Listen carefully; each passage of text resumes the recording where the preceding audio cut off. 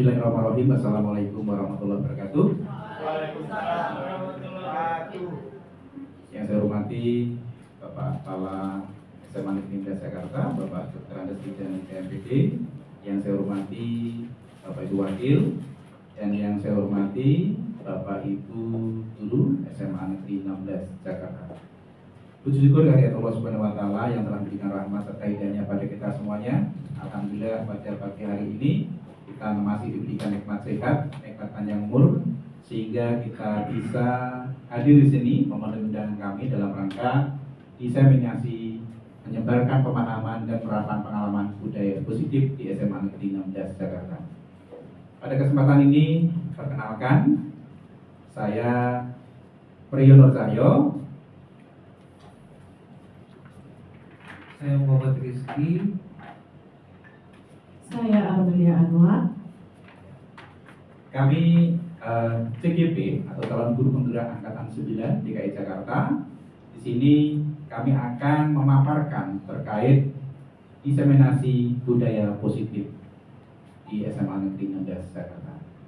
Baik, akan kita mulai.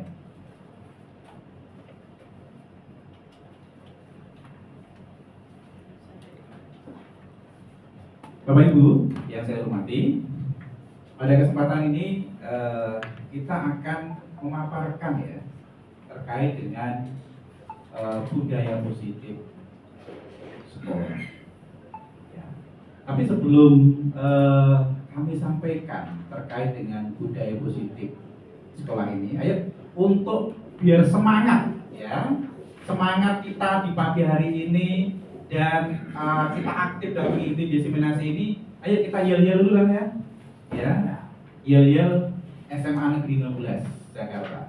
Baik ya. SMA Negeri 16 Jakarta, bangkit bersama. SMA Negeri 16 Jakarta, wujudkan prestasi. SMA Negeri 16 Jakarta, pasti bisa. Terima kasih. Tepuk tangan semuanya. Baik Bapak Ibu, terkait dengan budaya positif ya, kira-kira ya kalau kita diskusi tentang budaya positif, itu apa sih budaya positif itu? Mungkin yang ada di benak Bapak Ibu, kira-kira ada yang mau menyampaikan nggak ini? Silakan. Mungkin Bu Novi, apa itu budaya positif itu?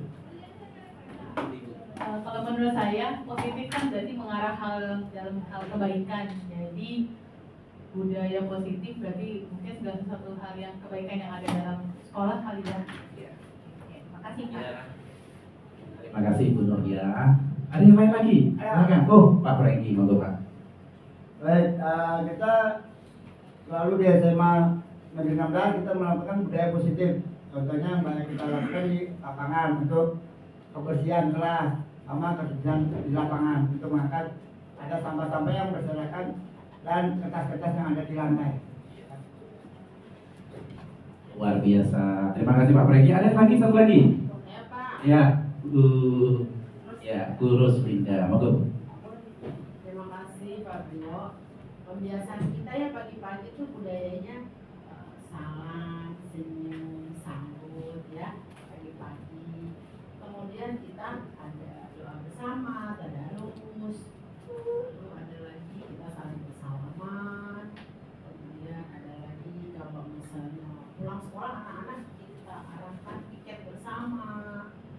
Kemudian Bapak Ibu juga saling bersalaman, saling kita berbagi. Kira-kira itu aja Pak. Terima kasih. Terima kasih Bu Roslinda. Luar biasa. Semangat semuanya yang jawabnya ya. Masih pagi fresh ya. Jadi budaya positif ya. Ya. Budaya positif ini adalah pembiasaan hal yang baik. Ya, mencakup sikap atau perilaku maupun tutur kata oleh seluruh warga sekolah. Seperti halnya di SMA Negeri 16, kita sudah melaksanakan ini semuanya. Ya, mulai tadi yang disampaikan Ibu Roslinda adalah apa itu? Bentuk penerapan 5S ya.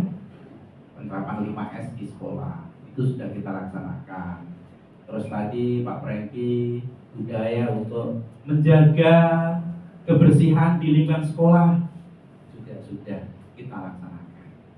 Ya, jadi kita sifatnya hanya mempertebal, mempertegas terkait dengan budaya positif sekolah. Kan ini bukan hanya murid yang harus kita tuntut untuk melaksanakan budaya positif, tapi kita sebagai seorang pendidik, kita juga harus bisa memberikan contoh yang baik dan bisa menjadi suri teladan yang baik pada anak-anak didik kita, murid kita. Baik, pembelajaran paradigma baru, Bapak Ibu. Kurikulum Merdeka adalah paradigma baru dalam pendidikan yang bertujuan untuk menghadapi tantangan abad 21. Paradigma ini menekankan pada pengembangan keterampilan abad 21 seperti keterampilan berpikir kritis, kreativitas, kolaborasi, komunikasi, pemecah masalah, dan literasi digital. Pembelajaran paradigma baru atau kurikulum merdeka merupakan pembelajaran yang berorientasi pada penguatan kompetensi dan pengembangan karakter yang sesuai dengan dimensi profil pelajar Pancasila. Bapak Ibu, terkait dengan paradigma baru, ya, bahwa anak-anak kita ini termasuk generasi Z ya, generasi Z, dimana kalau nggak kita pertebal lagi terkait dengan budaya, kita berusaha edukasi kepada anak-anak, maka ini akan bermasalah untuk ke depan. Maka di sini di dalam kurikulum merdeka ini berusaha untuk mengimbangi terkait dengan kondisi perubahan. Ya, pendidik itu harus menuntut, mengarahkan, ya, anak didiknya agar bisa berkembang, tapi sesuai dengan kodrat alam dan zamannya. Baik, profil pelajar Pancasila di sini ada 7, Bapak Ibu ya. Yang pertama adalah beriman dan bertakwa. Ya, pembiasaan baik kita sudah laksanakan, Bapak Ibu ya. Ya, seperti halnya contoh setiap hari kita melaksanakan tadarus, dan yang non muslim juga melaksanakan doa pagi. Ya, itu sudah kita laksanakan. Bahkan setiap Jumat juga yang muslim juga melaksanakan Asmaul Husna dan juga sholat duha. Ya, dan non muslim juga pembiasaan pagi, doa pagi juga. Nih, berakhlak mulia. Ya, jadi kita berharap dengan pembelajaran yang kita laksanakan di sekolah, ya, dengan mengajak seluruh warga sekolah untuk melaksanakan budaya positif, ya, agar siswa atau peserta didik khususnya di SMA Negeri 16 ini memiliki akhlak yang baik, akhlak yang mulia, ya. Terus yang ketiga adalah berkebinekaan global. Yang keempat adalah gotong royong. Bapak Ibu, gotong royong ini bukan sekedar peduli, ya, membersihkan lingkungan di sekolah kita, tetapi gotong royong ini juga bisa meliputi, ya, kebiasaan-kebiasaan yang sudah kita ajarkan kepada anak didik kita, yaitu dengan cara apa? Ketika kita berikan penugasan, ini ada apa itu namanya? Kerja kelompok, ya, kerja kelompok. Ini bentuk adalah kerjasama, gotong royong gitu ya. Nah, secara tidak langsung berarti kita sudah menerapkan ya profil pelajar Pancasila ini. Kemudian kita juga ajarkan kepada mereka adalah untuk bisa bersikap mandiri, ya, kreatif. Ya. Terkait dengan kreatif, Bapak Ibu, seperti yang saya sampaikan di awal tadi, bahwa kita mendidik dan mengarahkan anak-anak menyesuaikan dengan kondisi alam dan zamannya. Ya, sekarang zamannya teknologi, berarti kita juga harus mengajarkan pada mereka untuk tidak gaptek lagi. Ya, Misalkan ya kita mengajarkan dengan menggunakan metode pembelajaran Canva, terus kemudian apa lagi Kahoot, terus kemudian ada lagi Quizzes, ya. Jadi lebih kreatif ya pembelajaran, sehingga apa? Anak-anak ini tidak jenuh untuk mengikuti pembelajaran kita dan aktif. Kemudian yang seterusnya adalah kita latih untuk siswa memiliki nalar yang kritis. Kita berikan bentuk apa itu namanya pembelajaran atau contoh-contoh soal yang sifatnya ini bisa melatih anak-anak untuk memiliki nalar yang kritis. Oke, itu ya profil pelajar Pancasila. Nah, ini Bapak Ibu, ini ada pertanyaan pemantik nih. Apakah Bapak Ibu setuju dengan pernyataan di bawah ini? Ini akan kita bahas Bapak Ibu ya, yang akan kita paparkan ya melalui saya, Pak Rizky dan Bu Amel pada pagi hari ini. Yang pertama, pertanyaan pemantik ini adalah hukuman dapat mendisiplinkan anak. Siapa yang setuju ini? Hukuman dapat mendisiplinkan anak. Monggo, silakan dikasih siapa yang berpendapat ya? Silakan Bu.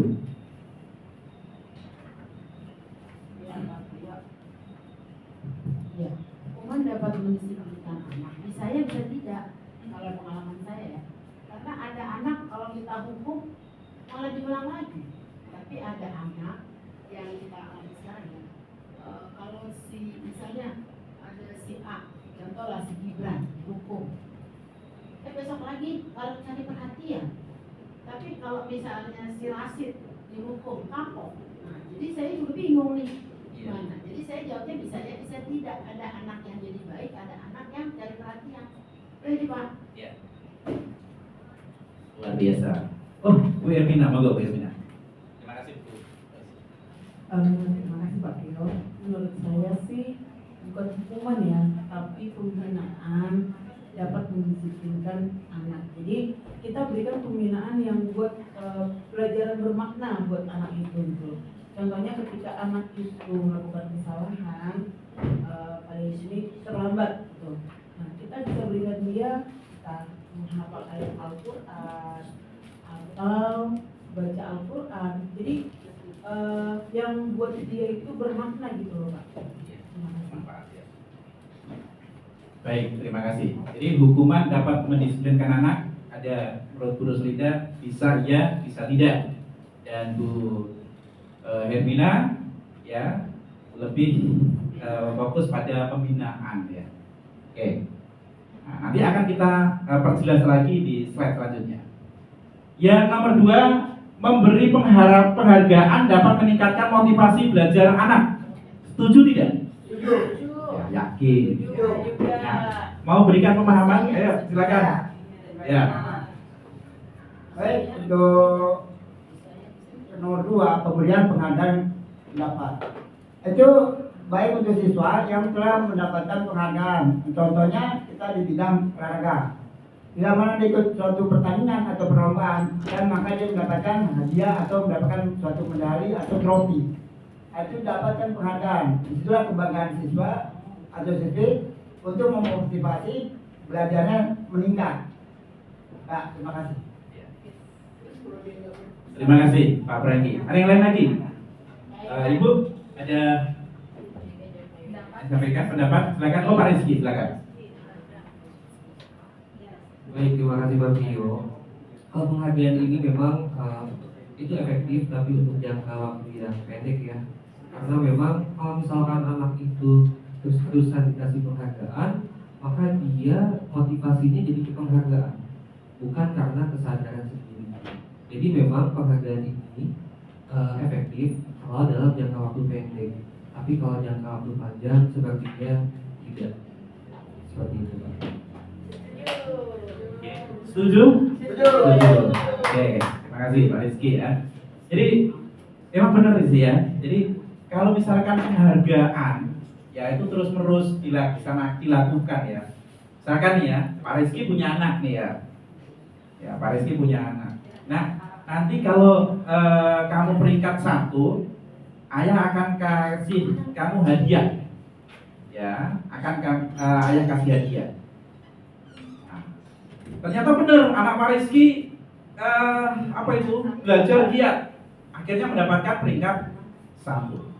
Ya, kasihlah hadiah sama Pak Rizky, ya, uang 200.000 misalkan.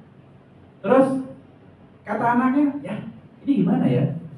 Ayah mau ngasih hadiah apa lagi supaya saya bisa mempertahankan, saya bisa nilai, saya bisa naik lagi. Ya, dan terus ya. Benar yang tadi sampaikan Pak Rizky, jangka pendek bisa, tapi untuk jangka panjang belum tentu. Baik, terima kasih Pak Rizky ya. Terus yang ketiga, guru harus mampu memberikan solusi untuk setiap siswa yang bermasalah. Ya, silakan yang mau berkomentar nih. Guru harus mampu memberikan solusi untuk setiap siswa yang bermasalah. Bu Armel mungkin ini ya, silakan. Bu. Oke, terima kasih. Kalau di sini kan pertanyaan pemantiknya, guru harus mampu memberikan solusi untuk setiap siswa yang bermasalah. Berarti kita sebagai guru itu memberikan suatu pencerahan buat anak-anak kita kalau misalnya ada yang kendalanya dalam permasalahan di keluarga. Ada anak kita banyak yang tertutup ya di dalam kelas, mungkin dia ada permasalahan dengan temannya. Kita sebagai partner dia, sebagai orang kedua bagi mereka di rumah, ini kan rumah tangga di yang kedua, kita yang merupakan tempat mereka untuk curhat. Jadi kalau mereka memberikan suatu permasalahan, kita bisa harus berikan solusi yang akan membuat mereka termotivasi lagi. Jadi itu makanya salah satu guru sebagai solusi. Jadi guru memberikan arahan, bimbingan. Jadi kita sebagai wali kelas atau guru magang jangan fokus untuk mengajar saja. Kita harus fokus juga ke anak kita. Karakter anak kita juga butuh kita bimbing. Itu aja. Terima kasih. Terima kasih Bu ya. Siswa bermasalah ya, itu kan pasti ada penyebabnya. Ya, siswa bermasalah pasti ada penyebabnya. Itu salah satunya, salah satu butuh perhatian ya Pak Ika ya. Ya, berarti karena pengen perhatian orang lain, ya maka mereka kadang-kala membuat masalah. Ya, pengen ditegur sama gurunya. Bisa jadi. Jadi ada penyebabnya apa? Jadi ini guru harus mampu. Setuju Bu Armel ya? Oke, terima kasih Bu Armel ya. Lanjut. Ya, sekarang miskonsepsi tentang teori kontrol. Ya. Yang pertama adalah ilusi guru mengontrol murid. Ya, ilusi guru mengontrol murid. Kira-kira kita sebagai seorang guru, ya, bisa nggak sih kontrol murid? Bisa nggak kontrol murid?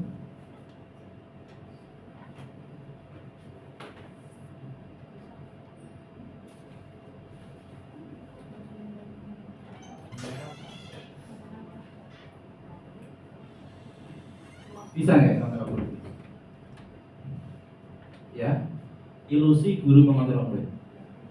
Ya.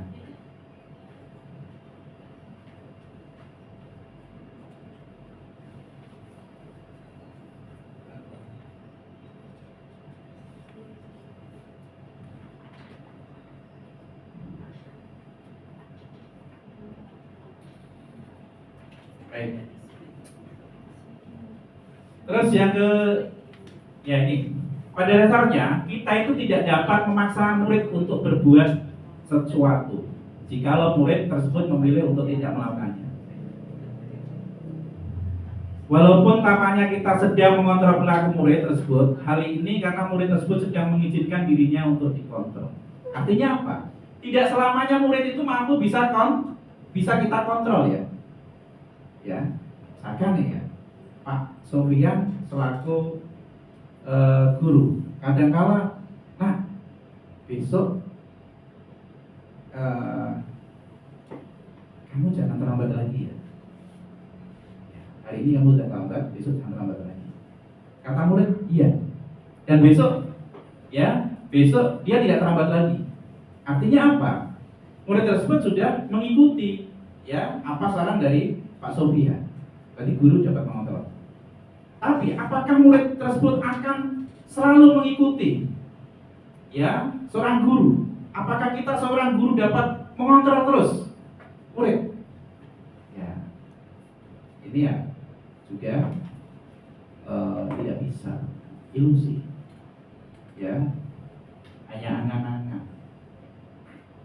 Terus yang kedua, ilusi bahwa semua penguatan positif efektif dan bermanfaat. Ya, penguatan positif atau bujukan adalah bentuk-bentuk kontrol. Segala usaha untuk memengaruhi murid agar mengulangi suatu perilaku tertentu adalah suatu usaha untuk mengontrol murid tersebut. Dalam jangka waktu tertentu, kemungkinan murid tersebut akan menyadarinya dan mencoba untuk menolak bujukan kita. Atau bisa jadi murid tersebut menjadi tergantung pada pendapat sang guru untuk berusaha. Jadi seperti yang saya katakan tadi, dalam waktu tertentu, mungkin murid tidak akan menuruti kita. Ya, kalau murid itu sadar, oh ya, saya harus diikuti oleh bapak ibu guru terus. Ya, saya harus cari jati diri. Kadang-kadang murid menolak, memberontak. Jadi ilusinya ya kita dapat mengontrol murid, kenyataannya kita tidak bisa. Kemudian yang ketiga, ilusi bahwa kritik dan membuat orang merasa bersalah dapat menguatkan karakter. Menggunakan kritik dan rasa bersalah untuk mengontrol murid menuju pada identitas gagal. Mereka belajar untuk merasa buruk tentang diri mereka. Mereka mengembangkan dialog diri yang negatif. Kadang-kala sulit bagi guru untuk mengidentifikasi bahwa mereka melakukan perilaku ini karena seringkali guru cukup menggunakan suara halus untuk menyampaikan pesan negatif. Pernah nggak sih Bapak Ibu ketika mengajari kelas ya membuat murid itu merasa bersalah? Ibu pernah belum membuat murid itu merasa bersalah di kelas? Siapa yang sudah pernah? Bu Novi ya pernah belum? Belum pernah. Merasa bersalah ya kan? Membuat murid itu merasa bersalah. Nah, jadi di sini kadangkala kita tanpa kita sadari ya pernah melakukan seperti itu. Ya. Terus yang terakhir, ilusi bahwa orang dewasa memiliki hak untuk memaksa. Jadi ini adalah hanya angan-angan saja. Ya, baik Bapak Ibu. Terus bagaimana seseorang bisa berubah dari paradigma stimulus respon kepada pendekatan teori kontrol? Yang pertama adalah realitas kita sama. Tapi kenyataannya bagaimana Bapak Ibu? Kita berbeda. Kadang-kadang kita menganggap murid itu sama ya, sehingga kita menyampaikan materi, memberikan soal dengan soal yang sama tanpa kita melihat dulu kondisi anak, kemampuan anak, sehingga apa? Hasil yang kita harapkan tidak sesuai. Nah ini hal yang harus kita sadari Bapak Ibu, kita sebagai seorang pendidik. Kadang-kadang kita menganggap murid itu sama, tapi kenyataannya apa Bapak Ibu? Teori kontrolnya adalah realitas kebutuhan kita berbeda. Ya, maka saya juga belajar dari guru seni oleh guru seni dan lainnya. Ketika ada anak yang tidak bisa mengerjakan soal, ya, maka beliau mencari solusi lain bagaimana agar siswa itu tetap aktif dan memberikan soal yang sesuai dengan ya kemampuan tersebut. Ya. Terus kemudian semua orang melihat hal yang sama, itu stimulus responnya. Tapi kenyataannya bagaimana Bapak Ibu? Setiap orang memiliki gambaran berbeda. 3, kita mencoba mengubah orang agar sadar. Kita mencoba mengubah orang agar berpandangan sama dengan kita. Tapi dalam teori kontrol, kita berusaha memahami pandangan orang lain tentang dunia. Perilaku buruk dilihat sebagai suatu kesalahan. Semua perilaku memiliki tujuan. Contoh, tadi saya berikan contoh siswa yang terlambat. Ya. Bapak Ibu kalau ada siswa yang terlambat ketika kita piket atau mungkin kita sedang mengajar, kita apakah langsung justice anak itu berbuat kesalahan? Ya, pasti akan kita tanya terlebih dahulu kan Bapak Ibu ya. Tujuan kamu atau alasan kamu datang terlambat itu kenapa? Kita tidak tahu Bapak Ibu, apakah ketika berangkat sekolah dia dari rumah dan niat pagi tapi kenyataan ban kempes atau macet, ya, atau dia yang sedang sakit, ya tapi dipaksakan untuk masuk ke sekolah. Kadang-kadang seperti itu. Ini harus kita sadari juga bahwa semua perilaku itu memiliki tujuan. Ya, tapi stimulus responnya perilaku buruk dilihat sebagai suatu kesalahan. Belum tentu salah, tapi semua perilaku memiliki tujuan, ada alasannya, ada dasarnya. Tuh, jangan langsung misalkan langsung kok terlambat, langsung memberi lapangan, boleh. Tapi harus tanya kenapa. Terus orang lain bisa mengontrol saya. Itu stimulus responnya. Area kontrolnya adalah hanya Anda yang bisa mengontrol diri Anda. Ya, hanya diri kita sendiri yang bisa mengontrol. Kemudian saya bisa mengontrol orang lain. Tadi seperti yang saya sampaikan awal tadi, Anda tidak bisa mengontrol orang lain. Kita tidak bisa mengontrol murid kita.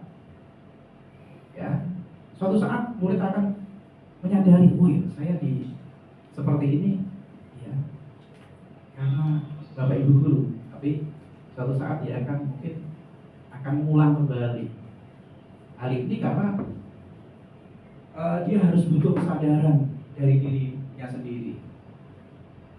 Terus kemudian pemaksaan ada pada saat bujukan gagal. Itu stimulus responnya. Teori kontrolnya adalah kolaborasi dan konsensus menciptakan pilihan-pilihan baru.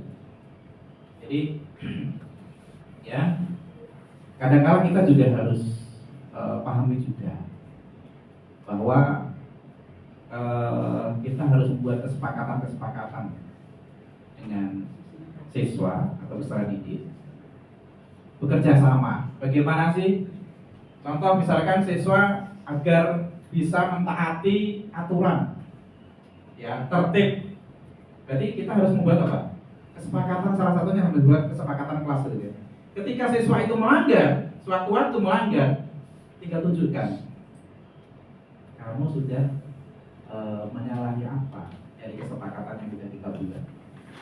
Lebih enak seperti itu, ya. Jadi win-win solution ya, ya. Menang, strategi menang-menang ya. Terus kalau sifatnya itu berarti kan pemaksaan ada pada saat bujukan gagal. Jadi kadang-kadang kan kita buat tertib terus, tapi siswa mungkin belum bisa memahami itu. Ya, sehingga kesepakatan kelas, contoh kita buat kolaborasi, ya, konsensus dengan anak agar bisa tercapai. Kemudian model berpikir menang kalah dan model berpikir menang-menang ya, atau win-win solution. Kalau berpikir menang kalah atau win-loss solution ya kan, win-loss strategi. Itu Bapak Ibu ya, terkait dengan bagaimana kita bisa berubah dari paradigma stimulus respon kepada pendekatan teori kontrol. Jadi kita harus berubah mana Bapak Ibu? Teori kontrol, bukan stimulus respon. Ya, contoh itu tadi. Oke Bapak Ibu, disiplin positif. Ya, sebagai pendidik, tujuan kita adalah menciptakan murid yang memiliki disiplin diri sehingga mereka berperilaku mengacu pada nilai-nilai kebajikan. Nah, nilai-nilai kebajikan ini apa saja Bapak Ibu? Ya, jadi nilai-nilai kebajikan yang bersifat universal dan memiliki motivasi intrinsik dalam perubahan perilaku ke arah yang lebih baik. Contoh yang tadi ya, jadi disiplin positif ya. Ini Bapak Ibu ya, nilai-nilai kebajikan. profil pelajar Pancasila, ya, beriman bertakwa kepada Tuhan Yang Maha Esa dan berakhlak mulia. Ini sesuai dengan dimensi profil pelajar Pancasila. Ada mandiri, benalar kritis, berkebinekaan global, bergotong royong dan kreatif. Kemudian ada ya Ibu Primary Years program PYP, toleransi, rasa hormat, integritas, mandiri, menghargai, antusias, empati, keingintahuan, kreativitas, kerjasama, percaya diri, dan komitmen. Kemudian kita juga ajarkan tentang apa itu keterampilan hidup, dapat dipercaya, lurus hati, pendengaran yang aktif, tidak merendahkan orang lain, dan memberikan yang terbaik dari diri. Oke Bapak Ibu, motivasi perilaku manusia ini menurut Diana Gosen dalam bukunya Restructuring School Discipline menyatakan ada tiga motivasi perilaku. Yang pertama adalah untuk menghindari ketidaknyamanan atau hukuman. Yang kedua, mendapatkan imbalan atau penghargaan dari orang lain. Contoh tadi apa? Penghargaan tadi ya. Ini termasuk apa? Motivasi ekstrinsik. Ya, dari luar. Kemudian yang selanjutnya adalah motivasi intrinsik, yaitu untuk menjadi orang yang mereka inginkan dan menghargai diri sendiri dengan nilai-nilai yang mereka percaya. Artinya apa? Siswa atau peserta didik itu mampu menyadari, ya kita semuanya mampu menyadari bahwa yang motivasi ya intrinsik ini yang harus kita lakukan. Gimana caranya? Ya, jadi untuk menjadi orang yang mereka inginkan dan menghargai diri sendiri, maka jangan berorientasi pada nilai, tapi jadikanlah diri kita ini bernilai. Kadang-kala kita memberikan pemahaman kepada murid seperti itu. Jadi motivasi intrinsik ya. Bukan karena apa itu, bukan karena penghargaan, bukan karena hukuman mereka takut ya, tapi karena sadar. Murid karena sadar, bukan karena dipaksa, bukan karena penghargaan. Kalau tidak ada penghargaan, lain kali sudah tidak ada ribet, ya tidak ada punishment, hukuman, yang terjadi apa? Mungkin murid akan bisa kembali lagi. Tapi kalau sudah dari dalam dirinya sendiri sudah bisa berubah, maka insya Allah ya murid akan memiliki akhlak yang baik, karakter yang baik. Oke, ini Bapak Ibu, ini ada contoh ya hukuman dan konsekuensi. Baik, Bapak Ibu bisa lihat nih hukuman dan konsekuensi. Silakan Bapak Ibu tentukan mana hukuman, mana konsekuensi. Lari mengelilingi lapangan basket 2 kali karena terlambat hadir sekolah, termasuk apa? Hukuman. Membersihkan coretan yang dibuatnya di meja tulis, konsekuensi.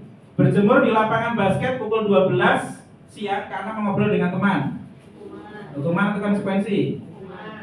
Membersihkan tumpahan air di meja tulis karena tersenggol pada saat belajar, konsekuensi. Yang terakhir, lari mengelilingi lapangan basket 2 kali karena terlambat 10 menit untuk pelajaran PJOK, hukuman atau konsekuensi?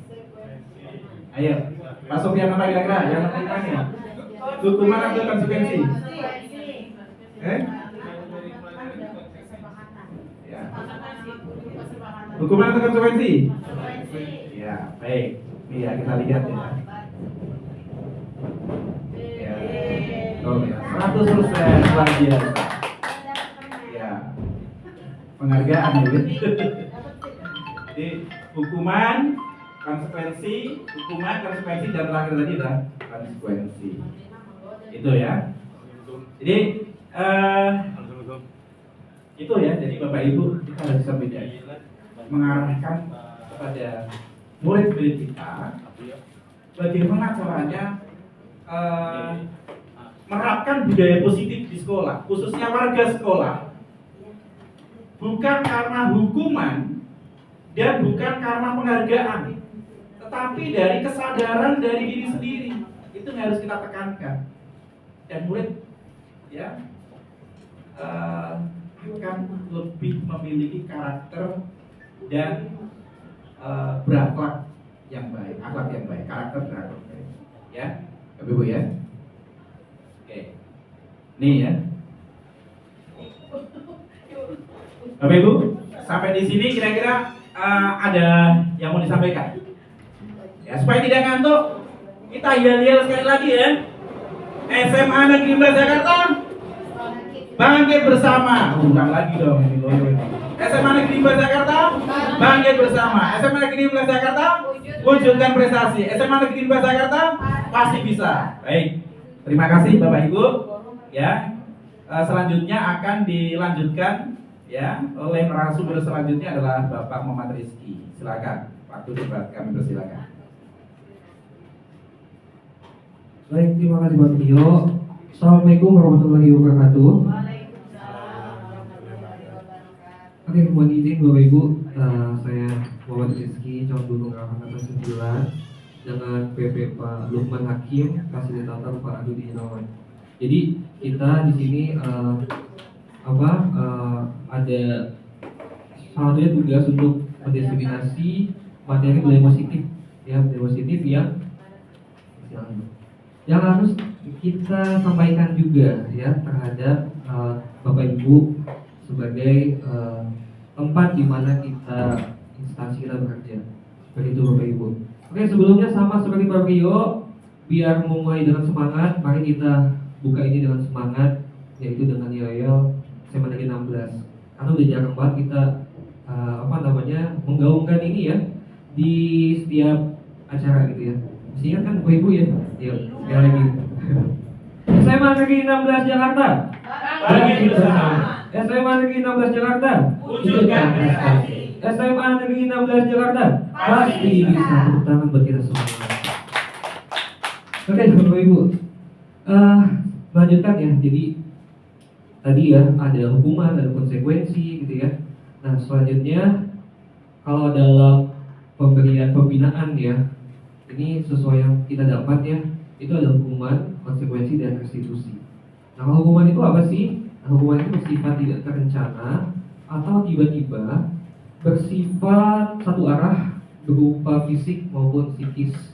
Ya, jadi hukuman itu tidak terencana biasanya. Ya, terkadang kita dalam pembelajaran tuh pernah emosi sehingga tiba-tiba kita memberikan hukuman begitu saja terhadap anak-anak kita. Nah, itu contoh hukuman. Jadi secara tiba-tiba dan tidak terencana. Nah, kalau konsekuensi dia terencana atau sudah disepakati. Kayak misalkan ya kita bikin kesepakatan kelas. Ya, jadi misalkan ada yang melanggar, maka dia harus menerima konsekuensinya. Gitu ya. Nah, jadi dibuat tidak nyaman untuk jangka waktu pendek. Guru selalu meminta murid. Jadi kesepakatannya anak-anak itu suka tidak suka itu dipaksa untuk mematuhi peraturan yang sudah disepakati bersama. Nah itu disebut dengan konsekuensi. Lalu yang ketiga itu restitusi. Nah restitusi ini mungkin suatu hal yang baru ya kalau untuk saya, karena sebelumnya saya tuh tidak begitu mengenal tentang restitusi ini. Jadi kalau restitusi ini proses menciptakan kondisi bagi murid untuk memperbaiki kesalahan mereka. Proses kolaboratif yang mengajarkan murid untuk mencari solusi untuk masalah mereka dan membantu murid berpikir tentang orang seperti apa yang mereka inginkan dan bagaimana mereka harus memperlakukan orang lain. Nah, restitusi ini itu mengajarkan kita bahwa kita sebagai guru ya, terutama ketika mungkin murid ada masalah, kita berusaha untuk bukan mengontrol ya, tapi membimbing murid untuk bisa memberikan solusi atas masalah yang ia lakukan. Jadi kita membimbing tuh ya, misalkan contohnya kayak kemarin ya, kita buat satu video tentang restitusi. Itu misalkan ada seorang anak misalkan terlambat datang ke sekolah, bukan ke sekolah, ke mata pelajaran misalkan. Lalu kita tanyakan, ya kita panggil anaknya, kita tanyakan, kenapa kamu terlambat? Misalkan terus dia jawabnya, ini Pak, karena saya sebenarnya mohon maaf sering begadang Pak. Kenapa bisa begadang? Gitu. Iya Pak, karena kita sering buka-buka media sosial, kita scroll TikTok, Instagram dan lain sebagainya, sehingga kita Pak nggak sengaja nggak tahu waktunya, tahu udah setengah malam. Gitu. Nah di situ kita memberikan seperti pemahaman dan solusi. Nah, terus jadi, nah kamu tahu kan kalau misalkan kamu sering bangun tidur malam-malam seperti itu, konsekuensinya apa buat kamu sendiri? Ya Pak, nanti saya jadi lebih sering bangun siang dan saya tidak bisa mengikuti pembelajaran, jadi terlambat terus. Nah kita nih sebagai pembimbing ya, nah lalu apa nih solusinya buat kamu ya, buat kamu biar kamu nggak lambat lagi? Ya Pak, saya mungkin bisa lebih bangun pagi lagi misalkan, terus membatasi permainan saya dalam media sosial. Nah itu contoh kita membimbing, institusi itu namanya, membimbing anak sampai dia mencari solusinya sendiri untuk masalah yang dia buat. Nah itu restitusi. Nah kalau konsekuensi kan dia harus mau nggak mau menerima, ya kan? Nah kalau restitusi ini bagaimana kita mencoba si anak itu bernalar kritis, salah satunya atas kesalahan yang dia buat. Jadi dia membuat solusi terhadap permasalahan yang ia lakukan sendiri. Nah, itu disebut restitusi. Nah, itu contohnya ya Bapak Ibu ya. Oke, selanjutnya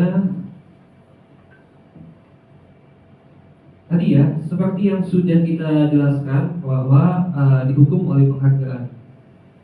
Al-Fiqh mengemukakan tindakan memberikan penghargaan yang nilainya sama dengan menghukum seorang. Iya, sama halnya kayak tadi yang dijelasin. Kalau misalkan kita terus-terusan memberikan penghargaan, ketika anak itu termotivasi karena penghargaan dan dia mencoba untuk melakukannya, maka ketika dia tidak mendapatkan penghargaan pada saat momen tertentu, nah dia akan merasa kecewa dan dia merasa kenapa ya saya nggak bisa dapat penghargaan, gitu ya.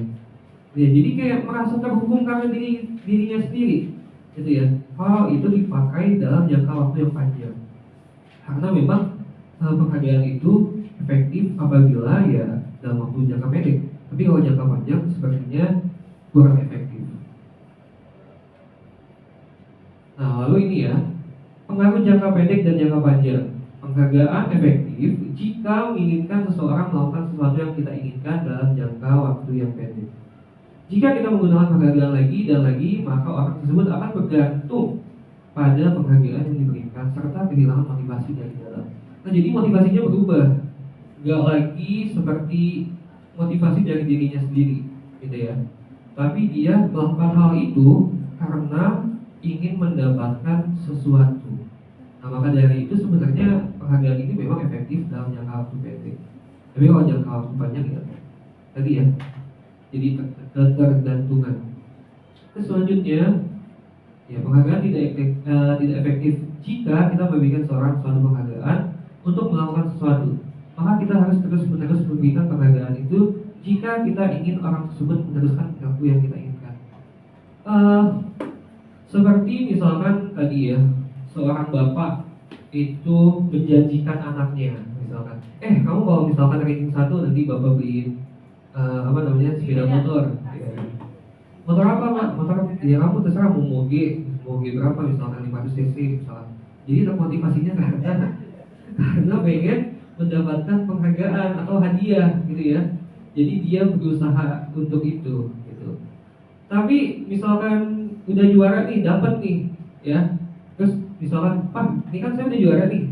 Nanti kalau misalkan juara lagi saya dapat apa? Misalkan gitu. Nah, itu berarti kayak anak itu kegantungan karena penghargaan itu ya. Karena hal itu suatu hal menjadi tidak efektif ketika anak sudah melakukan ketergantungan terhadap penghargaan. Penghargaan merusak hubungan. Ketika seorang diberi penghargaan atau dipuji di depan orang banyak, maka yang lain akan merasa iri dan sebagian dari mereka akan tidak menyukai orang yang diberikan penghargaan tersebut.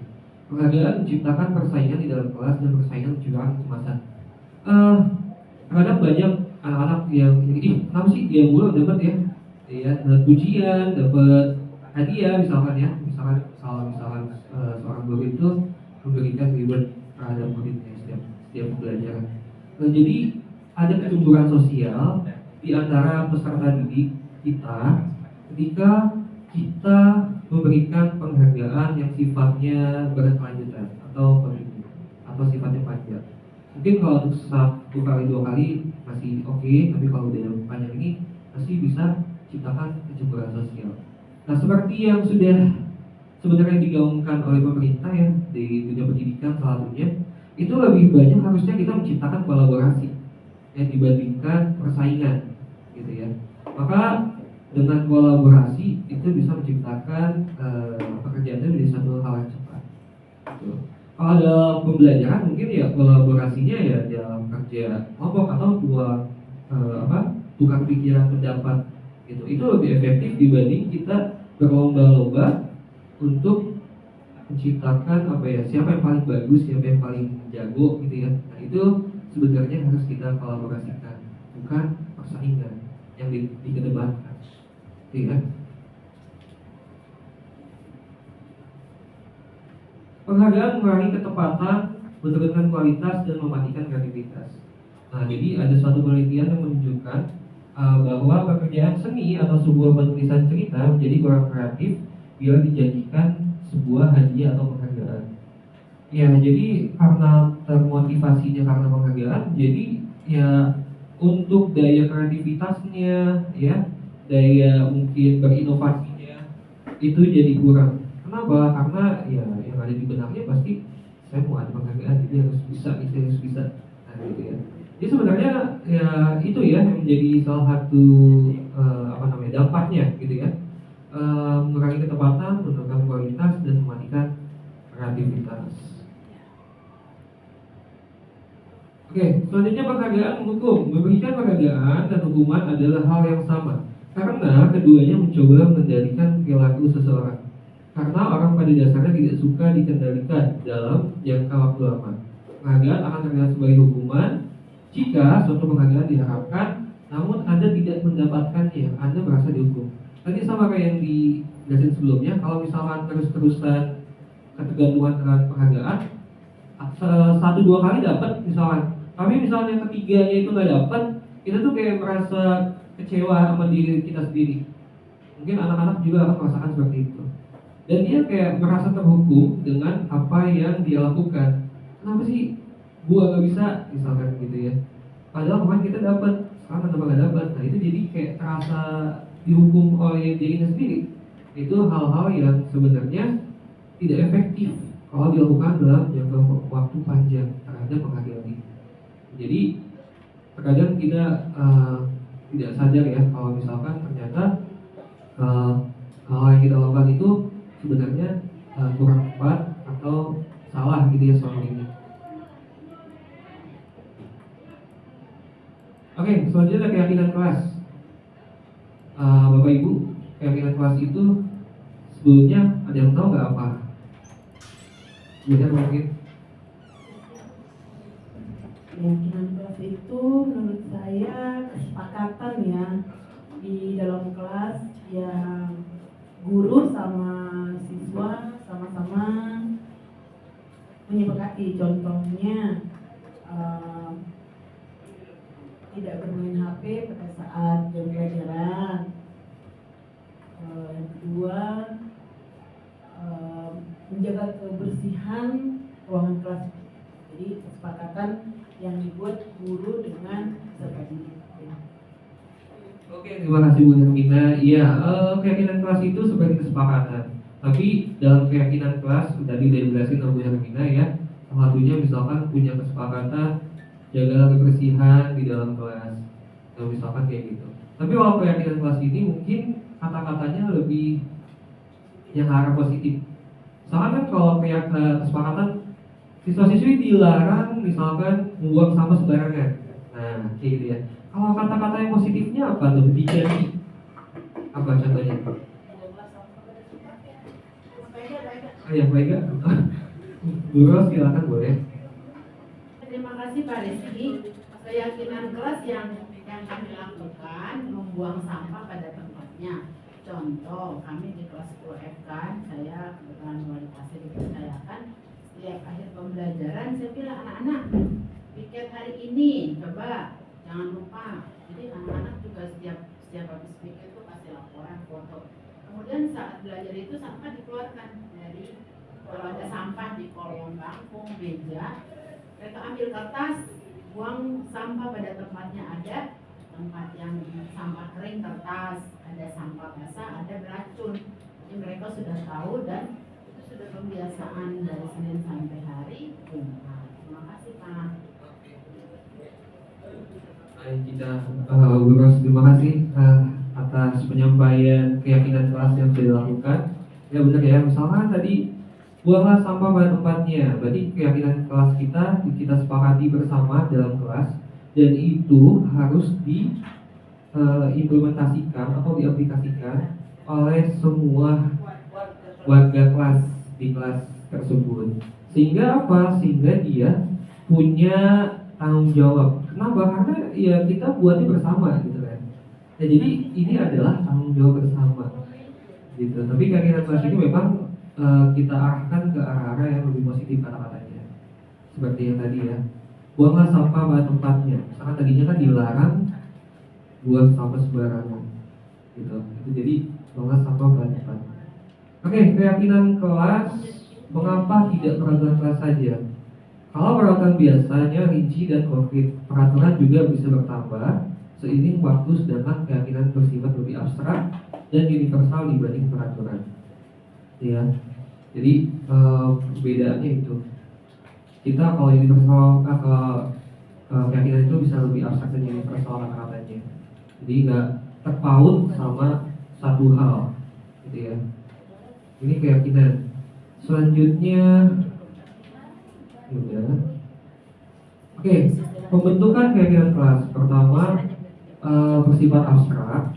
Kedua, berupaya pernyataan universal.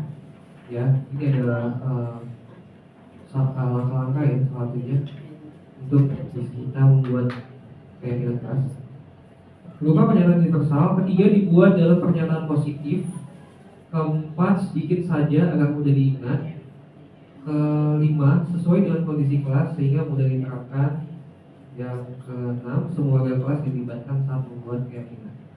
Oke, tadi ya kita sudah buat, misalkan kata-katanya diubah ke lebih yang positif. Yang positif ini ya berarti jangan sampai ada kata-kata yang negatif. Karena kalau negatif itu sifatnya seperti ada paksaan gitu ya. Tapi kalau positif itu lebih enak karena nanti anak-anak juga bisa tahu gitu ya apa yang harus mereka lakukan. Lalu sedikit saja agar mudah diingat. Kenapa harus lebih mengingat sedikit? Karena kita misalkan buat kata-kata yang mungkin maknanya itu banyak. Ya misalkan dari satu kata itu maknanya bisa beberapa gitu. Kenapa? Kalau misalkan banyak gitu ya, ketika siswa ini melakukan kesalahan, takutnya dia nggak ingat keyakinan kelas apa yang udah dia sepakati sebenarnya. Oh iya Pak, saya lupa Pak, yang ini ya Pak ya, misalkan gitu. Nah, jadi supaya lebih efektif, maka harus dibuat dengan kata-kata yang lebih sedikit, tapi maknanya lebih beraneka ragam atau lebih banyak, kayak gitu. Sesuai dengan kondisi kelas sehingga mudah diterapkan. Jadi kita buat keyakinan itu sesuai dengan budaya kelas masing-masing, gitu ya. Cara dia belajar di kelas masing-masing. Karena saya juga menghadapi misalkan di 12 IPS itu karakternya beda-beda. Ya misalkan 12 IPS 1, 12 IPS 2, dan 12 IPS 3 itu mempunyai cara belajar yang beda. Karakternya beda-beda. Ya, maka bisa jadi keyakinan kelas yang ada di kelas 11 IPS 1 dan 11 IPS 2 itu bisa berbeda. Kenapa? Karena ya kita kan bikinnya bersama-sama ya. Jadi nanti kita bikinnya ya sepakati bersama, dan keyakinan kelasnya itu sifatnya ya mereka dari mereka juga, dari kita dan mereka. Jadi sama-sama enak menjalaninya ya. Nah itu jadi sesuai dengan kondisi kelas. Selanjutnya semua wali kelas dilibatkan saat membuat keyakinan dan dipastikan semua warga kelas di situ dilibatkan untuk membuat keyakinan kelas. Kenapa? Karena ya kesepakatannya ya nanti dijalaninya bareng-bareng. Biasanya kan kalau kita buat ini itu di awal ya, di awal tahun ajaran baru tuh sebelum masuk materi awal biasanya kita buat keyakinan dulu. Seperti Ibu Emi, ya Bu Emi juga kemarin bilang ya di awal-awal tuh kita sedikit ngomong tentang kita nanti harus buat keyakinan. Kalau Bapak Ibu masih ingat pas rapat awal-awal ya. Selanjutnya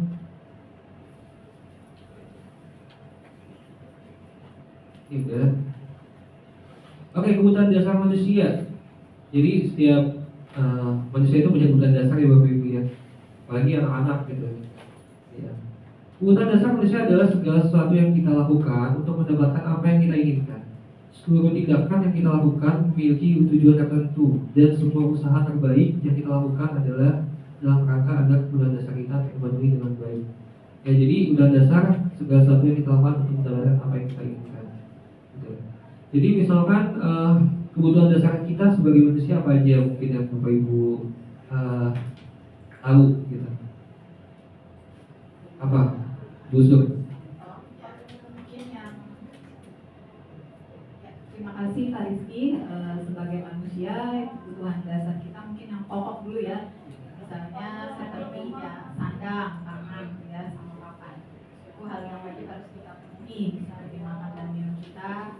Dan berpakaian itu tempat tinggal. Mungkin selanjutnya yaitu kebutuhan biologis kita mungkin harus saling bersosialisasi ya, berinteraksi dengan sesama manusia. Karena kan nggak mungkin kita hidup sendirian, pasti harus ada hubungan dengan manusia yang lain. Itu aja. Terima kasih.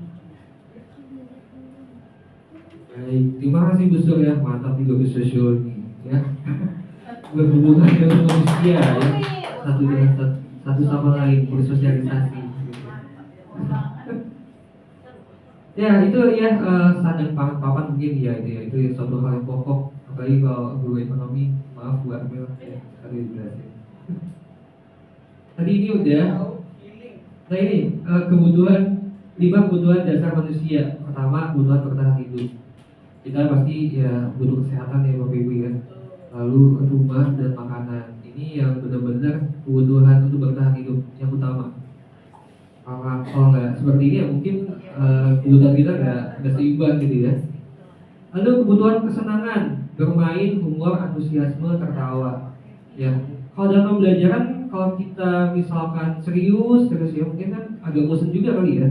Maka kalau dalam pembelajaran mungkin kita diselingi dengan bermain ya bersama anak-anak ya, boleh melawak ya atau humor gitu ya, biar anak juga tawa, antusiasmenya juga ditumbuhin, tawa. Mungkin kalau misalkan udah pembelajarannya menyenangkan, anak-anak juga antusias gitu ya untuk bisa belajar dengan baik. Lalu kebutuhan penguasaan, harga diri, keinginan untuk dianggap, memimpin, berprestasi, diakui, didengar. Ya jadi kalau misalkan dalam pembelajaran juga anak-anak juga harus bisa merasa mereka itu dianggap satu sama lain. Ya. Lalu kita ajarkan mereka mempunyai jiwa pembelajaran berpihak pada murid, yang dimana mereka diajarkan untuk memimpin pembelajaran, ya, terhadap pembelajaran yang dilakukan pada hari itu. Berprestasi, ya semua orang mungkin salah satunya keinginannya untuk berprestasi. Sama halnya dalam pembelajaran pasti anak juga pengen banget berprestasi gitu ya di dalam pembelajaran dan diakui, didengar. Nah maka dari itu ada keyakinan kelas yang mungkin bisa memuat salah satunya apa untuk bisa diakui dan didengar itu. Keyakinan kelasnya apa kata-katanya yang bagus sih?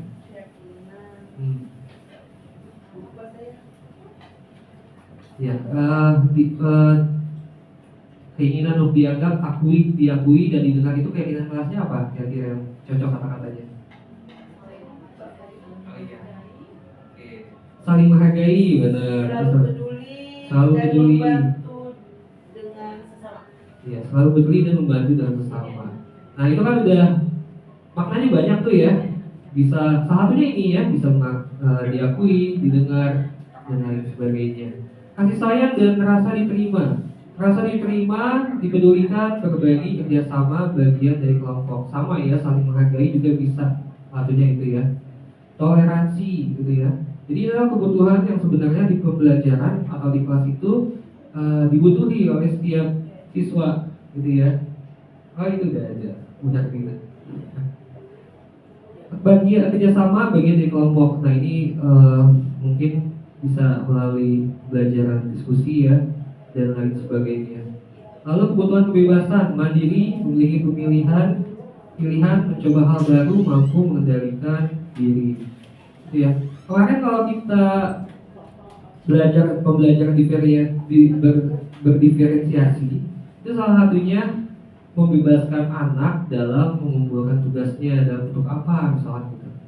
Misalkan kita kasih anak tugas cari salah satu bahan di internet, mengumpulkannya mereka jadi bebas, misalkan boleh pakai artikel atau video ya, atau bentuk suara dan lain sebagainya. Nah itu salah satu kebutuhan kebebasan.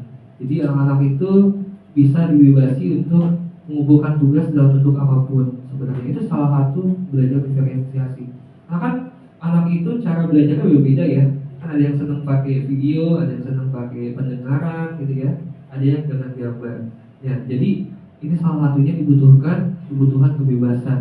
Maka muncullah pembelajaran diferensiasi, yang dimana di situ memuat banyak hal. Salah satunya jika tugas nih contohnya anak itu dibebasin mau bentuk apa, yang penting tidak keluar dari materi atau konsep yang telah dipelajari. Nah itu Bapak Ibu ya, ini adalah 5 kebutuhan dasar manusia yang sebenarnya harus kita penuhi dalam kehidupan sehari-hari maupun dalam pembelajaran kelas. Sampai sini ada yang mau disampaikan dari Bapak Ibu mungkin? Cukup? Oke, kalau cukup, ya Bu Suryani mau ngomong apa? Cukup Bu. Ya, silakan Om Rengki atau Pak Rengki. Baik, dalam kebutuhan dasar manusia kita juga lihat lalu utamakan pada situasi itu adanya kesehatan utamakan, karena dalam kesehatan itu sangat perlu sekali. Karena kalau kita jaga, kasihan dapat penyakit baru, apalagi bilang sekarang ada penyakitnya cacar monyet lah, monyet yang sekarang bertanding. Makanya anak-anak itu juga diterapkan untuk di rumah menjaga kesehatan. Untuk yang bisa tidur, memang dia tidur pulang sekolah sejenak untuk belajar sorenya. Pertama untuk kita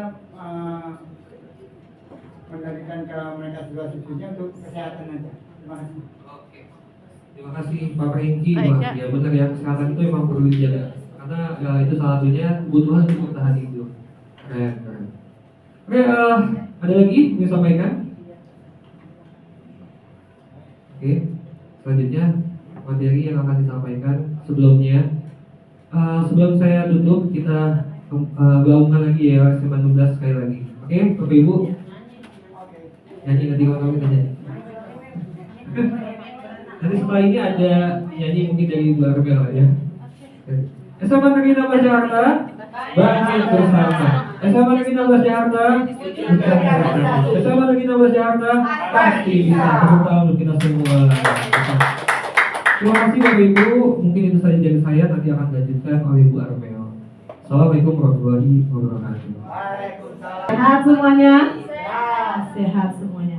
Sebelum kita mulai pemaparan materi yang tadi sudah disampaikan oleh Pak Priyo, CGP Angkatan 9, dan Pak Rizky, CGP Angkatan 9 di SMA 16, sekarang saya menyampaikan materi tentang diseminasi budaya positif. Sebelum saya menyampaikan materi, kita ice breaking dulu sebentar dengan senam otak. Tapi saya pakai laptop karena takut bermasalah layar saya.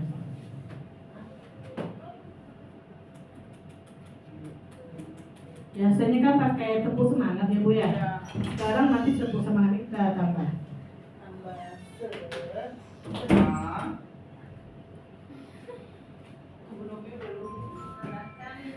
Mudah-mudahan bisa ya. Setan otak kita ikuti, kita bersama-sama refreshing dulu pikiran kita tadi supaya bisa ya.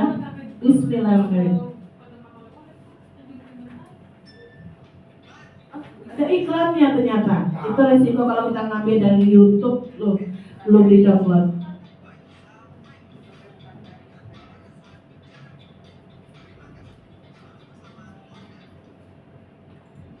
Ayo Bapak Ibu ikuti ya gerakannya di layar depan. Boleh duduk. Karena kita menggunakan jari saja. Manfaat senam otak, meningkatkan daya ingat dan konsentrasi, meningkatkan refleksi pada diri kita.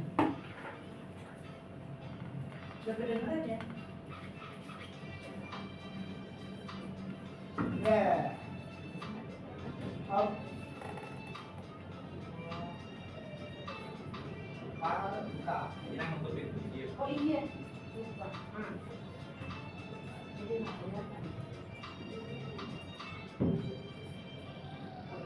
Ranking.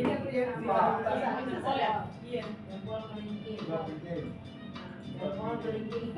Itu Pak.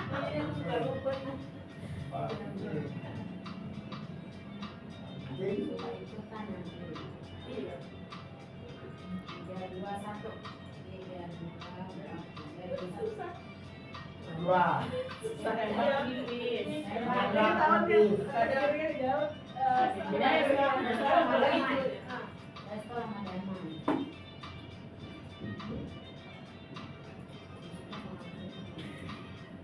Mantap.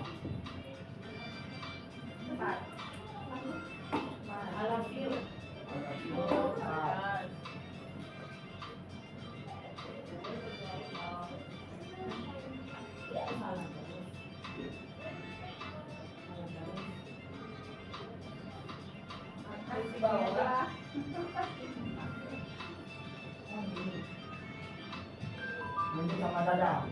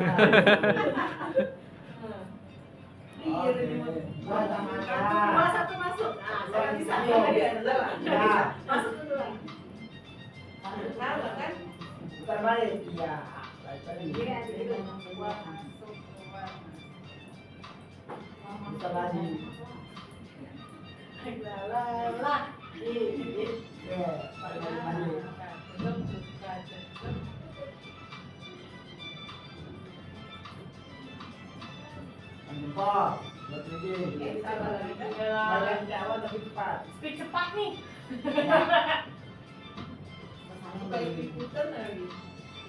Dua tembak. Namanya.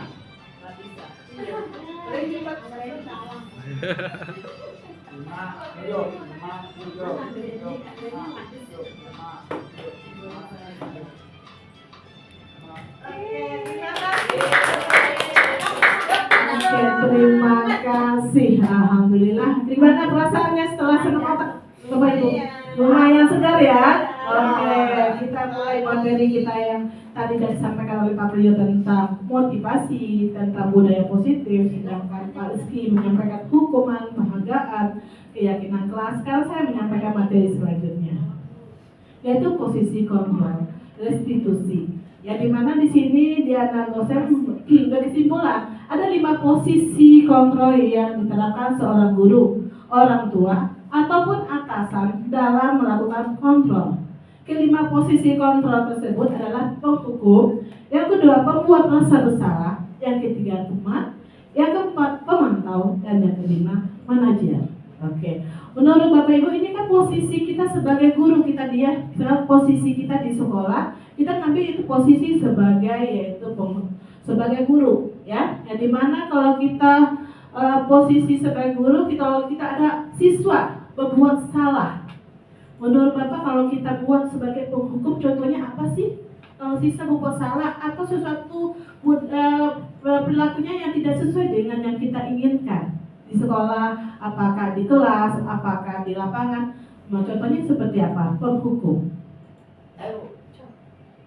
Baik, untuk kita menghukum siswa karena dia baru pertama kali dapat hukuman, kita kasih penjelasan dan peringatan. Dan sesuai dengan peringatan itu, kesalahannya apa? Kita buat contoh kepada siswa tersebut supaya kita tidak mengulangi perbuatan siswa kembali. Jadi menjadikan perbuatan baik. Itu berarti guru sebagai penghukum ya, penghukum ke siswa yang membuat salah. Yang kedua, membuat rasa bersalah. Contoh sebagai guru ke siswa itu membuat rasa bersalah. Pernahkah Bapak Ibu menerapkannya di kelas atau di lapangan dengan siswa yang pernah membuat sesuatu kesalahan, baik dia sengaja maupun tidak sengaja? Ada Bapak Ibu? Membuat rasa bersalah. Ada? Pak Priyo mungkin bisa bantu? Jawab? Oke. Oh boleh. Mungkin membuat rasa bersalah itu misalkan ada salah satu siswa yang telat masuk ke dalam kelas, lalu kita bertanya, kita tidak mempersilahkan dianya itu langsung duduk, jadi ke depan dulu, terus kita tanya, kamu tahu nggak kenapa ibu nyuruh kamu berdiri dulu di depan gitu, jadi biar dia sadar akan kesalahan dia yaitu telat masuk ke dalam kelas gitu. Terima kasih Busa Sabila ya. Loh, kita lama nggak ketemu ya ngajar. Oke, yang ketiga teman. Guru sebagai teman bagi anak kita yang membuat salah. Gimana sih cara kita melakukan pendekatan dengan teman? Ada? Inang? Ada pernah kah? Inang sering deh menerapkan seperti ini. Oh iya, guru sebagai teman. Jadi kalau misalnya di kelas kan ada batasan, kita guru dia siswa. Tapi di luar kelas atau di luar sekolah, kadang-kadang contohnya kita sama anak-anak kelas kita nih, kita ngobrol gitu. Terus ngobrol itu ya kita bilang, pokoknya anggap itu tuh kita tuh berteman, kita sharing, berbagi cerita masa sekolah, masa kuliah, masa bermain. Jadi di situ saya melepaskan bahwa saya itu bukan guru kamu, anggap aja saya teman, saya bukan seorang ibu atau seorang ibu rumah tangga. Jadi kayak teman aja. Jadi kita cerita mengenai kekinian tuh yang lagi ngetren lagu apa, nyanyi yuk gitu. Terus di kelas tuh ada yang misalnya pintar main gitar, mereka lagi ada di perpustakaan. Terus dia orang Batak, kita nyanyi lagu Batak yuk gitu, nyanyi seru banget, asik ya pokoknya. Berarti itu sebagai guru sebagai teman buat anaknya. Kalau misalnya posisinya siswanya lagi bermasalah atau buat kendala suatu perbuatan yang tidak baik, nanti kita partnernya dengan berteman dengan manajer kontrolnya. Oke, yang terakhir itu manajer. Gimana caranya? Bu Suryani atau Bu Novi ada mau membantu? Kalau posisi kita sebagai manajer, kalau anak kita membuat suatu kesalahan, kita tuh posisinya sebagai manajer. Manajer itu seperti apa ya? Oh, kantor manajer, beda lagi ya. Kalau ini manajer, posisi kontrol itu manajer. Gimana? Ayo Pak Rizky, oke, terima kasih Pak Rizky. Oke, kalau sebagai manajer berarti kita di sini bisa ya memanage kesalahan. Misalkan anak bermasalah, kita memanage, mengarahkan anak itu dan sampai ujungnya si anak itu bisa memberikan solusi di atas kesalahan itu sendiri. Jadi posisi manajer berarti dia adalah mengatur, memanage anak itu untuk bisa memberikan mengeluarkan apa yang salah dari dia dan sampai akhirnya memberikan solusi. Gitu mungkin. Terima kasih Pak Rizky, terima kasih semuanya buat ibu-ibu yang telah memberikan balik ke saya. Ya kita lihat dulu satu persatu ya, biar kita jelas ya. Yang pertama, penghukum. Penghukum itu biasanya ibarat biasanya ada dengan kekerasan, ya, atau dengan menghardik, atau dengan membentak, dengan suara yang keras. Mungkin kita pernah menerapkan, mungkin pernah kita menerapkan ya. Ternyata ini posisi penghukum ini kurang bagus, tidak bagus buat kita untuk kita terapkan di sekolah. Ternyata itu dampaknya ke siswa itu jangka panjangnya ada. Ya, mungkin mereka patuh sama kita, tapi itu akan selanjutnya mereka merasa dendam, kesal hati sama kita. Karena contohnya penghukum hormat pada bendera selama 1 jam. Kenapa? Siswa tidak memakai atribut dengan pada saat upacara bendera. Berarti dengan suara hormat pada bendera kan gitu kan, kata keras membentak mereka atau kita mukul mereka itu biasanya penghukum. Nanti posisi guru sebagai penghukum kalau sekarang itu tidak gagal, ya motivasi dia termasuk yang gagal. Berarti motivasi eksternal dia. Yang kedua, pembuat merasa bersalah. Di sini kalimatnya lebih lembut. Yang tadi kalimatnya lebih keras, ucapannya keras, menggunakan fisik dengan menggunakan hatikan atau menggunakan suara yang tidak enak didengar, dengan cacian makian, penghukum. Kalau sini tidak. Berarti pembuat rasa bersalah. Berapa kali ibu harus memberitahu kamu ya? Ibu sangat kecewa sekali dengan kamu. Berarti kita membuat mereka luluh ya. Kalau mereka buat kesalahan, kamu jangan buat seperti ini lagi. Kalau bisa kamu dengan aturan-aturan sekolah. Jadi kita lembut dengan kata-katanya, sehingga mereka merasa, oh iya aku salah, aku membuat sesuatu perbuatan yang tidak sesuai dengan aturan sekolah atau keyakinan kelas. Jadi ini yang namanya membuat merasa bersalah. Yang ketiga, siapa yang bisa bantu dengan kalimat kata teman?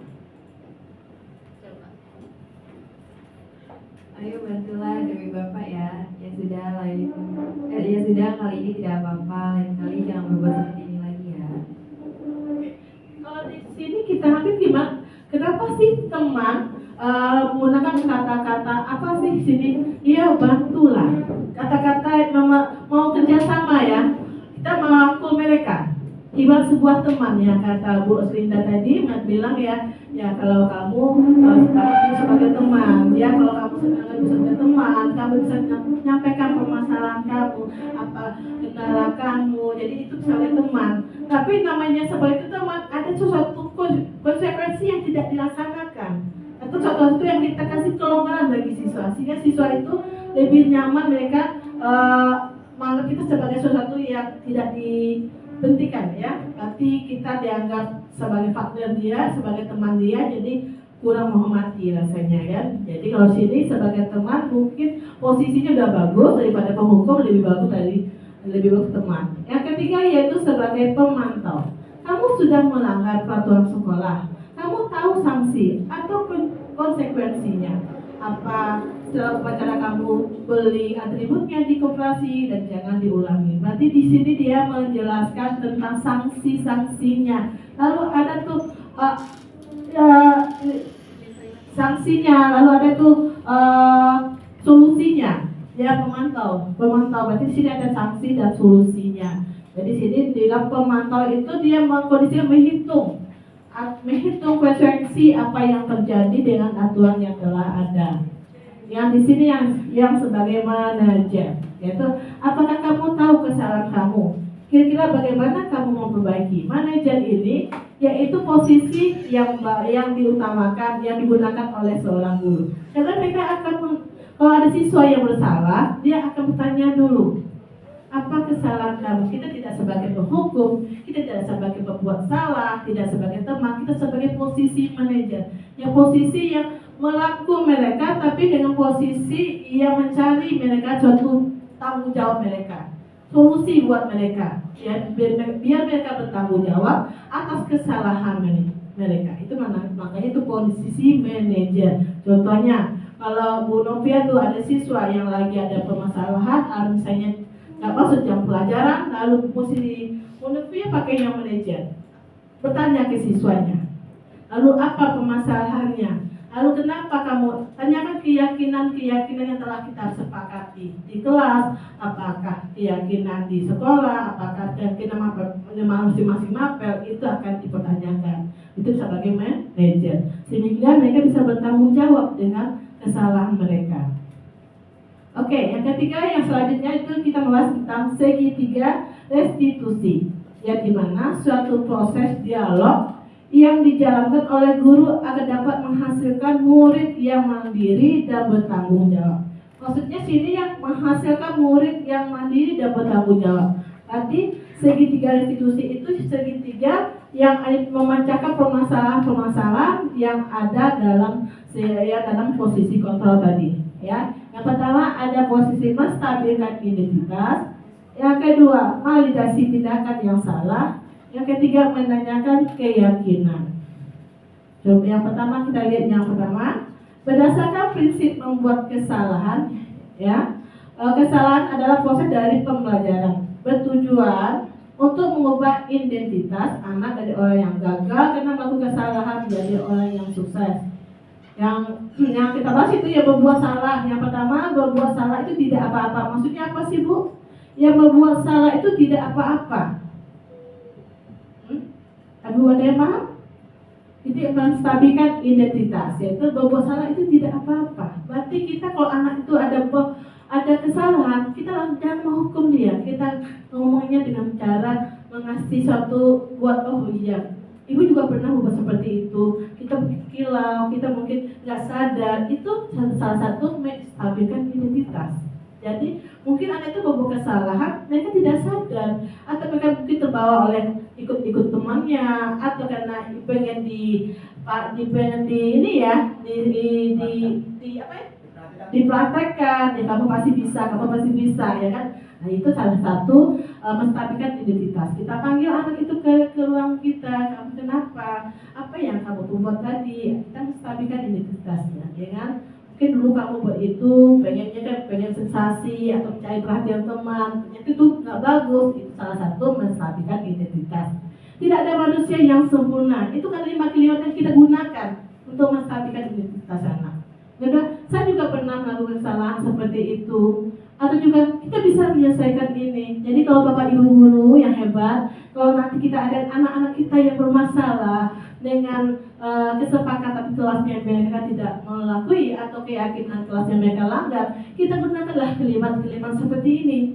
Ya, kalimat-kalimat yang buat mereka itu lebih tenang, lebih nyaman pula untuk kita berkomunikasi. Misalnya anak itu ada kesalahan atau apa, kita gunakan kalimat yang pertama, yang ketiga, kita bisa menyelesaikan ini, berarti kita rangkul mereka. Atau Bapak Ibu tidak tertarik mencari siapa yang salah, tapi Bapak Ibu ingin mencari solusi dari permasalahan ini. Jadi mungkin ini sebagai acuan bagi teman-teman kita sebagai guru untuk hubungan dengan anak, nanti kita gunakanlah, kita biasakan dengan menggunakan kalimat-kalimat seperti ini. Kalau ada siswa kita yang bisa membuat sesuatu yang tidak sesuai dengan keyakinan kelas. Yang kedua, validasi tindakan yang salah, yaitu berdasarkan prinsipnya setiap tindakan kita dilakukan dengan suatu tujuan, yaitu memenuhi kebutuhan dasar. Yang telah dibahas sama Pak Rizky, masih ingat nggak Ibu? Apa kebutuhan dasar kita tadi? Ada 5 kebutuhan dasar ya. Ada kebutuhan kesenangan, kebebasan, kebutuhan penguasaan. Nah, itu kebutuhan dasar. Kebutuhan pokok, sandang, kesehatan, itu kebutuhan dasar. Itu validasi tindakannya. Validasi tindakan yang salah, yang dimana berdasarkan kebutuhan dasar. Yang satu mungkin, padahal kamu bisa melakukan yang lebih buruk dari yang ini. Itu validasi tindakan yang salah. Kamu pasti punya alasan mengapa melakukan itu. Nanti kita gimana ya, Bu? Kalau maksudnya validasi tindakan yang salah, maksudnya gimana ya? Kalau kita menggunakan kalimat, padahal kamu bisa melakukan yang lebih buruk dari ini. Kamu pasti punya alasan mengapa melakukan hal itu. Kamu pasti bangga pada dirimu sendiri, karena kamu telah melindungi seseorang yang penting bagi kamu. Menurut Ibu gimana nih? Kalau validasi tentang tindakan yang salah, siapa yang bisa? Ayo, Bapak Ibu, ada yang bisa membantu? Oleh Pak Rizky, oleh. Terima kasih. Semangat Pak Rizky. Oke, makasih Barmel. Validasi tindakan yang salah itu kan contohnya dari depan ya. Yang salah, kamu pasti punya alasan mengapa melakukan hal itu. Nah, berarti kan kita mencoba memvalidasi kesalahan dia tuh sebenarnya apa. Tapi di satu sisi kita juga memberikan apa ya, seperti ada pesan nasihatnya di dalamnya, ada penguatan suatu hal yang positifnya di dalamnya. Jadi selain kita memvalidasi kesalahan dia, tindakan yang dilakukan salah, di satu sisi kita juga menyisipkan nasihat dan mungkin penguatan hal-hal yang positif di dalamnya. Itu kan contohnya adalah kamu boleh mempertahankan sikap itu, tapi kamu harus menambahkan sikap yang baru. Itu kan contohnya kan, misalnya dia mempertahankan, tapi kita punya apa ya, seperti penguatan lagi di lain. Tapi hal-halnya yang bersifat positif seperti itu sih. Terima kasih Bu Amel. Oke, makasih. Ada lagi Bu Eko mau menambahkan Bu Eko? bisa deh. Ya, terima kasih Ibu untuk pertanyaannya. Jadi yang saya pahami ya Bu, tadi yang dijelaskan. Jadi validasi tindak yang salah itu ketika setelah kita mengetahui kesalahannya, kemudian anak itu diminta untuk menyampaikan apa yang menjadi alasan mengapa dia melakukan tindakan hal yang salah. Makanya kemudian kita bisa kemudian melakukan validasi. Kemudian kalimat yang ada di situ misalnya, kamu pasti punya alasan mengapa kamu melakukan hal itu. Dan hal ini penting.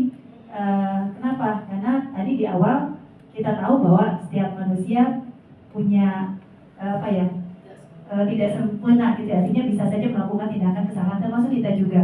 Maka dengan validasi ini akan memudahkan kita untuk menemukan cara untuk nanti dia mengembalikan dirinya, mengoreksi atau introspeksi terhadap dirinya untuk tidak melakukan hal yang salah lagi. Jadi seperti itu Bu. Terima kasih Bapak Cepatnya udah pas. Terima kasih buat Bu Eva, Pak Rizky, Bu Hermina dari masukannya. Dari yang kedua, kita lanjut yang ketiga, yaitu menanyakan keyakinan. Berdasarkan prinsip teori kontrol pada dasarnya bahwa kita termotivasi secara intrinsik. Yang pertama, yang kedua itu secara eksternal, ya ini secara intrinsik ya. Itu apa yang kita percaya sebagai kelas atau keluarga, apa nilai-nilai umum yang kita telah sepakati, apa ya bayangan kita tentang kelas yang kita idealkan, kamu menjadi orang yang seperti apa. Ini menanyakan keyakinan kelas kepada anak-anak kita, apakah kelas yang kita sepakati keyakinannya apakah sudah dijalani apa belum, sampai seberapa besar kamu menjalani keyakinan kelas kita ini. Lalu untuk apa kita mau keyakinan kelas ini? Apakah untuk kita sendiri atau untuk kelas bersama? Ini buat salah satu keyakinan kelas dalam segitiga restitusi. Untuk yang dari pengalaman dari materi yang pertama dari Pak Rizky, dari Pak Frio, kita melihat sini mengapa pengalaman dan pembelajaran yang Anda dapat setelah menerapkan konsep-konsep yang tersebut. Jadi saya mau tanya kepada Bapak Ibu dari materi yang pertama sampai yang terakhir dari Pak Rizky, dari Pak Frio, apa yang Ibu dapat dari materi yang kami sampaikan?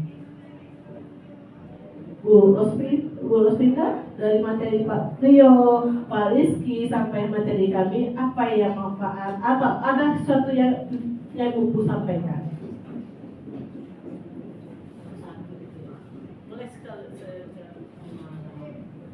Pengalaman dan pembelajaran yang kami dapat setelah mendengar dari Pak Rio, Pak Rizky, Pak Armel, banyak ya tadi ya mengenai hukuman, dari Pak Rio itu mengenai budaya. Memang kita sudah dengar juga sih, tapi saya kayaknya dapat sesuatu yang baru dari Pak Rio, dari Pak Rizky tadi tuh, apalagi yang masalah kebutuhan itu benar-benar itu bagus kita terapkan semuanya. Dari Ibu Armel juga mengenai hukuman, ya kan? Apalagi tadi pengalaman bersama siswa sebagai teman. Terkadang kan susah ya anak-anak kalau curhat-curhat gitu ya, tapi kita harus bisa memancing curhat mengenai hal-hal sehari-hari, bagaimana supaya dia susah juga anak-anak, tidak semua dia punya keberanian untuk mengemukakan kesusahan gitu ya. Tapi saya sih suka ngobrol aja, akhirnya kalau dia dipancing dia terbuka yang mengenai kehidupan sehari-hari. Sampai saya pernah terharu, ternyata dia yang saya duga anak yang wah ekonomi tinggi, ternyata dia biasa-biasa aja tapi penampilannya tidak kelihatan dan dia bekerja. Itu ada anak kelas 10D, luar biasa kamu bisa menghasilkan uang dengan kemampuan IT-nya gitu. Sampai saya tuh percaya loh sama dia, membeli barang sesuatu, saya minta tolong dia, kamu sebagai teman ibu ya, tolong dikasih begini, saya titip uang dan bisa dipercaya. Terima kasih Bu Amel. Terima kasih Bu Rosita. Itu pengalaman dari yang kita dapat yang sebelum-sebelumnya dengan materi ini. Apakah bermanfaat nggak Ibu menerima materi yang kita sampaikan ini? Sangat bermanfaat. Mudah-mudahan materi yang kami sampaikan bisa digunakan, dilaksanakan ya Bu, dibagi-bagi buat temannya, karena kita membagi ilmu buat teman-teman kita juga supaya ilmunya dapat kita terapkan di 19. Terlebih kurang saya tutup dulu. Terima kasih. Assalamualaikum warahmatullahi wabarakatuh. Waalaikumsalam.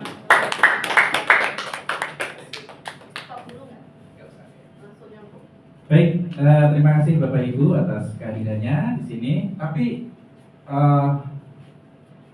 bisa ditambahkan lagi nih ya, refleksi untuk kegiatan hari ini ya, sebagai penutup ya kan.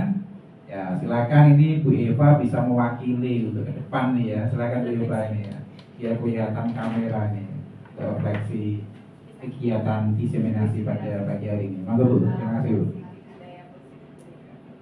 Baik, terima kasih Pak Tio, Bu Arna dan Pak Rizky. Alhamdulillah puji syukur kita sudah bisa mengikuti kegiatan diseminasi dilakukan oleh teman-teman CGP di SMA 16 ini.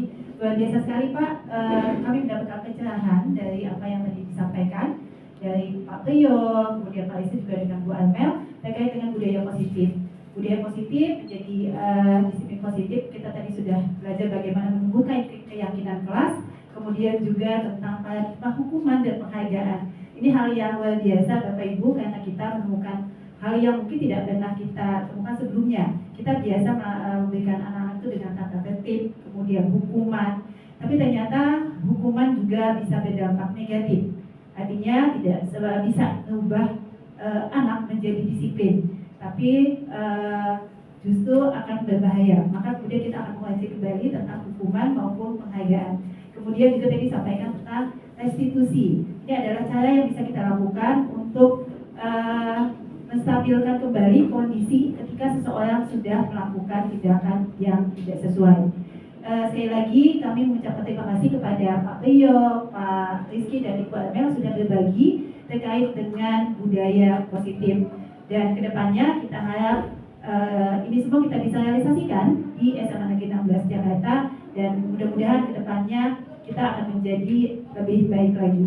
Demikian yang bisa disampaikan. Terima kasih. Assalamualaikum warahmatullahi wabarakatuh. Luar biasa nih ya dari Bu Eva refleksinya sebagai penutup. Oke Bapak Ibu, terima kasih atas kehadirannya yang sudah mengikuti diseminasi budaya positif di ruangan ini.